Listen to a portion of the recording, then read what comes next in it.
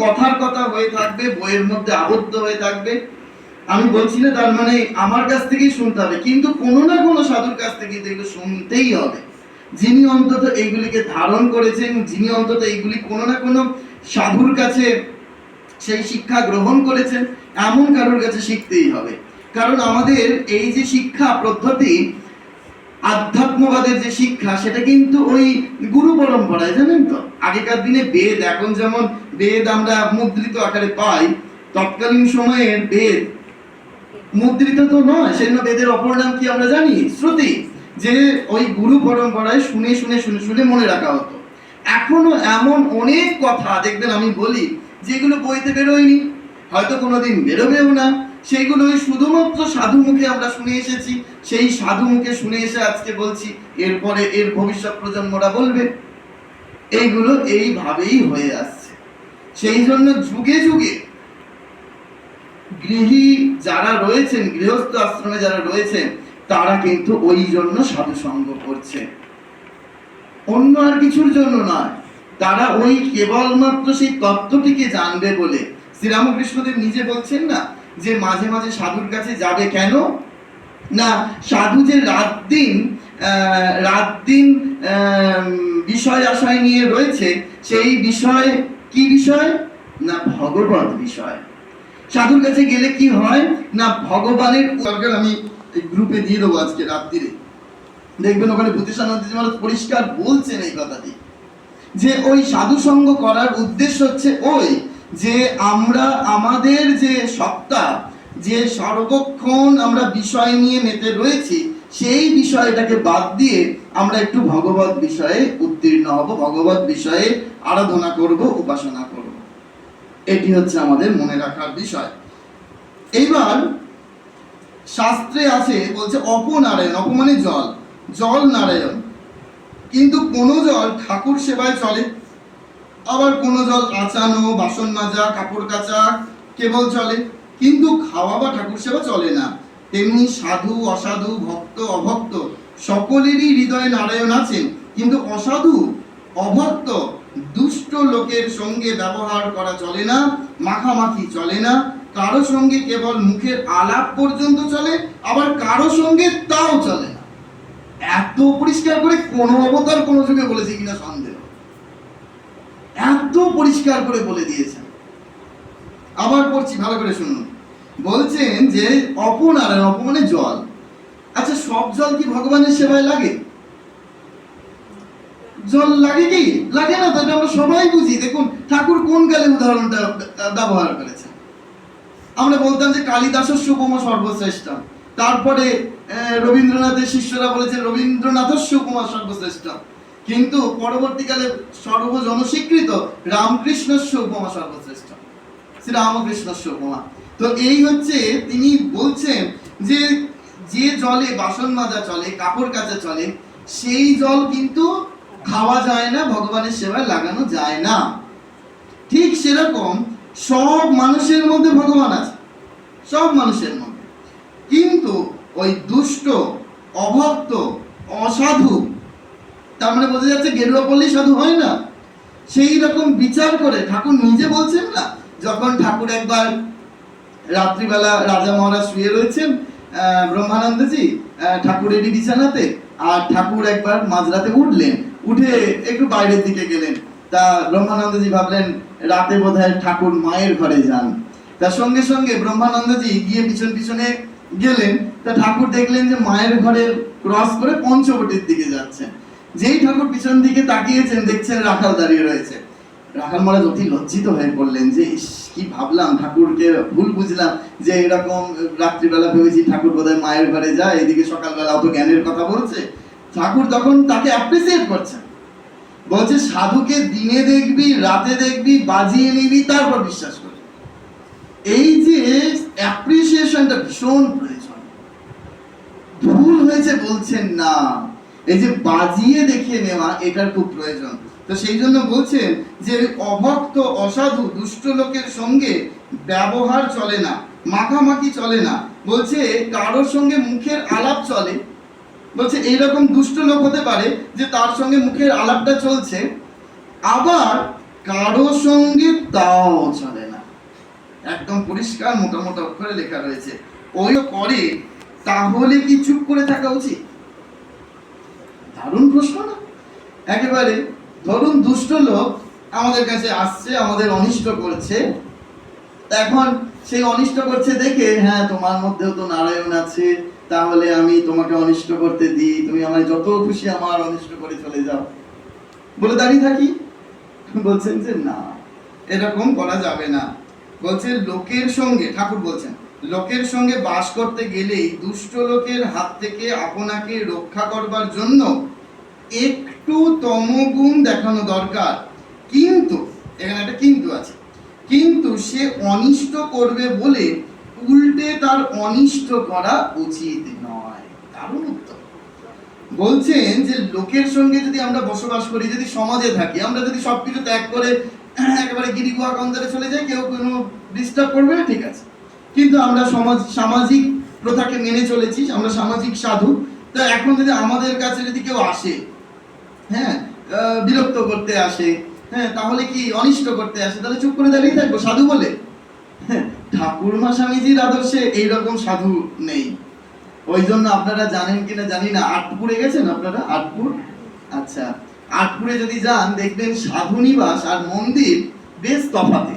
ধরুন আপনাদের এই গলির মুখটা শুরু হচ্ছে, সেটি হচ্ছে মন্দির, ওটা হচ্ছে আমাদের বাবুরাম মহারাজ প্রেমানন্দজির হচ্ছে মামার বাড়ি, আর যেটা হচ্ছে সাধু নিবাস সেটা হচ্ছে ওনার পিতার বাড়ি, সেই জন্য একটু ডিস্টেন্স আছে।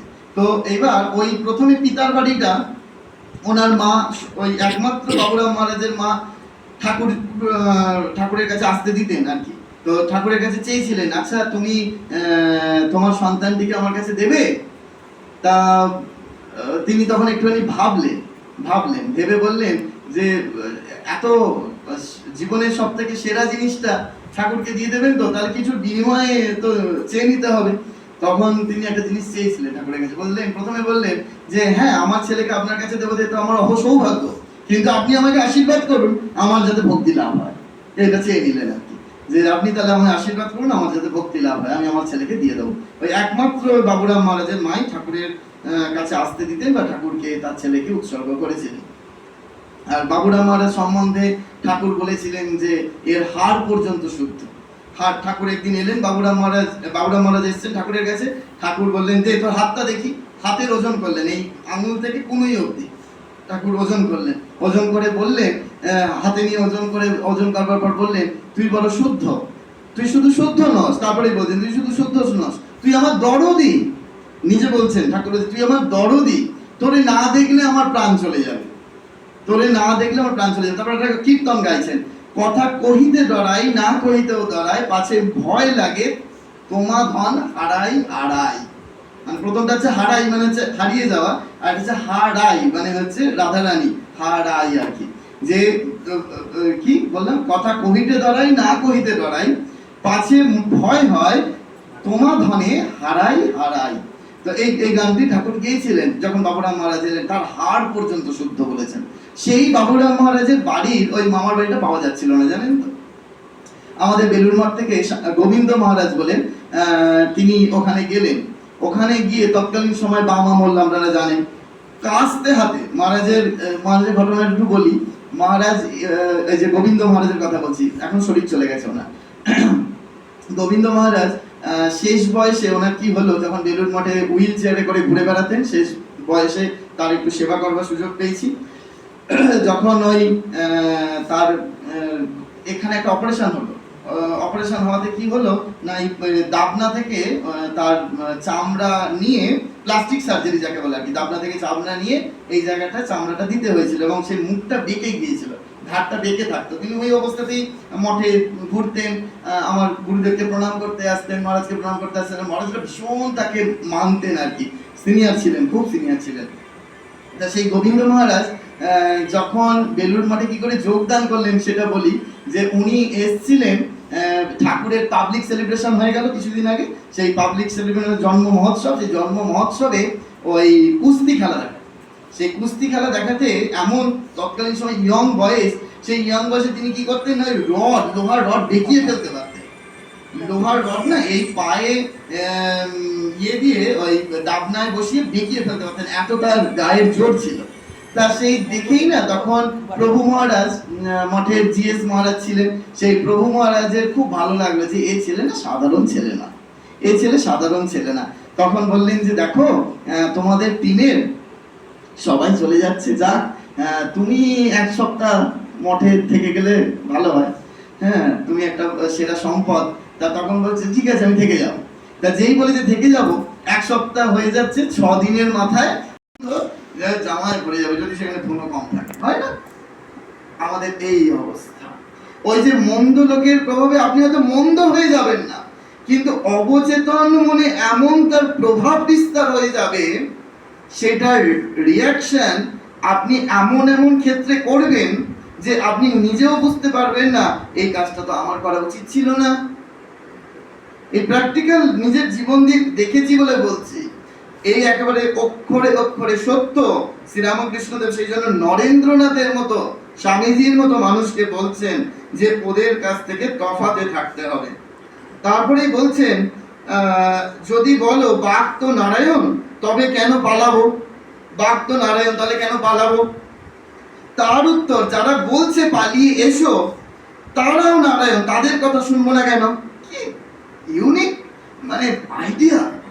বলে নয় আমার মস্তিষ্কের বিকৃতি ঘটেছে, আর না হলে আমি জেনে বুঝে ওই আমার অবচেতন মনটিকে খারাপ করবার জন্য আমি উদ্যত হয়েছি। এটা হচ্ছে জেনে বুঝে। সেই জন্য খুব সাবধান। সেই ঠাকুর বলছেন যে তাদের কথা কেন না শুনি, বলেই বলছেন একটা গল্প শোনো। কোনো এক বনে একটি সাধু থাকেন, তার অনেকগুলি শিষ্য। তিনি একদিন শিষ্যদের উপদেশ দিলেন, সর্বভূতে নারায়ণ আছেন, এইটি জেনে সকলকে নমস্কার করবে। একদিন একটি শিষ্য হোমের জন্য কাঠ আনতে বনে গেছিল। এমন সময় একটা রব উঠলো, কে কোথায় আছো পালাও, একটা পাগলা হাতি যাচ্ছে। সবাই পালিয়ে গেল, কিন্তু শিষ্যটি পালালো না। সে জানে যে হাতিও যে নারায়ণ, তবে কেন পালাবো, এই বলে দাঁড়িয়ে রইল। নমস্কার করে স্তবস্তুতি করতে লাগলো। এদিকে মাহুত চেঁচিয়ে বলছে পালাও পালাও, শিষ্যটি তবুও নড়ল না। শেষে হাতিটা শুঁড়ে করে তাকে তুলে তাকে একধারে ছুঁড়ে ফেলে দিয়ে চলে গেল। শিষ্য ক্ষতবিক্ষত হয়ে অচৈতন্য হয়ে পড়ে রইল। এই সংবাদ পেয়ে গুরু এবং অন্যান্য শিষ্যরা তাকে আশ্রমে ধরাধরি করে নিয়ে গেল আর ঔষধ দিতে লাগলো। খানিকক্ষণ পরে চেতনা হলে ওকে জিজ্ঞাসা করলে, তুমি হাতি আসছে শুনেও কেন চলে গেলে না? সে বললে, গুরুদেব আমায় আপনিই তো বলে দিয়েছিলেন যে নারায়ণী মানুষ, নারায়ণী জীবজন্তু সব হয়েছেন, তাই আমি হাতি নারায়ণ আসছে দেখে সেখানে থেকে সরে যাই নাই। গুরু তখন বললেন, বাবা হাতি নারায়ণ আসছিলেন বটে তা সত্য, কিন্তু বাবা মাহুত নারায়ণ তো তোমায় বারণ করছিলেন, যদি সবই নারায়ণ তবে তার কথা বিশ্বাস করলে না কেন? মাহুত নারায়ণের কথা শুনতে হয়। সকলের হাস্য। এই যে মাহুত নারায়ণের কথা শুনতে হয়, তাহলে এই অবস্থা হবে। ওই হাতি রূপ মন্দ লোকের মানুষ আপনাকে সুরে করে তুলে এমন জায়গায় ফেলবে যে আপনি তারই হত্যা করতে পারবেন না, আপনি বুঝতেই পারবেন না যে কেন আপনার এই রূপ অবস্থা হলো। এটা তো ঠাকুর জাগতিক উদাহরণ দিয়েছেন, সেই জন্য আমরা বুঝতে পারছি যে তার ক্ষতবিক্ষত হয়েছে, তাকে শুশ্রূষার জন্য ওষুধপত্র দেওয়া হচ্ছে। কিন্তু অবচেতন মনের ক্ষতবিক্ষত যে দেখা যাবে না, অবচেতন মনের ক্ষতবিক্ষত সারানোর জন্য ডাক্তার বাবুরা ট্রিটমেন্ট করতে পারবে না। খুব সাবধান। ওই যে অবচেতন মনের আপনার যে প্রভাব পড়বে, যে ক্ষতিটা হবে, সেই ক্ষতি সামলানো মস্ত বড় দায়। কিরকম হবে জানেন? আপনার কিছুদিন জব বন্ধ হয়ে যাবে, জবের পরিমাণ কমে যাবে, ভগবানকে ডাকতে অনিচ্ছা লাগবে, আপনি বুঝতেই পারবেন না কেন এগুলো করছে। কারণ কি শুনুন, ভগবান বলছেন, শ্রীরামকৃষ্ণদেব বলছেন, তুমি যদি 1 পা এগিয়ে এসো তাহলে আমি 10 পা তোমার দিকে এগিয়ে যাও। এটা ভগবান শ্রীরামকৃষ্ণদেব বলছেন। আর সংসার কি বলছেন জানেন? সংসার বলছে, তুমি যদি 1 পা এগিয়ে আসো আমি 100 পা তোমার দিকে এগিয়ে যাও। মাথায় ঢুকিয়ে নিয়ে আজকে এখান থেকে বাড়ি যাবে। ভগবান বলছেন 1 পা যদি তুমি আমার দিকে এগিয়ে এসো আমি তাহলে 10 পা এগিয়ে যাবো। আর সংসার বলছেন যে তুমি যদি এক পা এগিয়ে এসো তাহলে আমি 100 পা। এইবার শ্রীরামকৃষ্ণদেবের কথাটা মিলিয়ে দেবো। শ্রীরামকৃষ্ণদেব বলছেন বিদ্যা মায়ার থেকে অবিদ্যা মায়ার শক্তি অনেক বেশি, অনেক বেশি। আমরা ভালো তো, আমি তখন স্যারের কথাটা বুঝতে পারিনি। যখন এই কথামৃতে ক্লাস করতে শুরু করলাম মহারাজদের, তখন বুঝলাম আরে বাবা, তাহলে সেই যে স্কুলের মাস্টার মশাই বলেছিলেন এই যে কতখানি সত্য, কতখানি সত্য, সেটা আমরা তখন বুঝতে পারিনি। তখন রক্তের গরম তো, তখন একটা ওই রকম উত্তর দিয়ে দিয়েছিলাম। তো সেইটি আমার জীবনের একটি সেরা শিক্ষা, যে ওই কার সঙ্গে মেশা হবে, কার সঙ্গে মেশা হবে না, এটা নিজেকে বুঝে নিতে হবে। আমার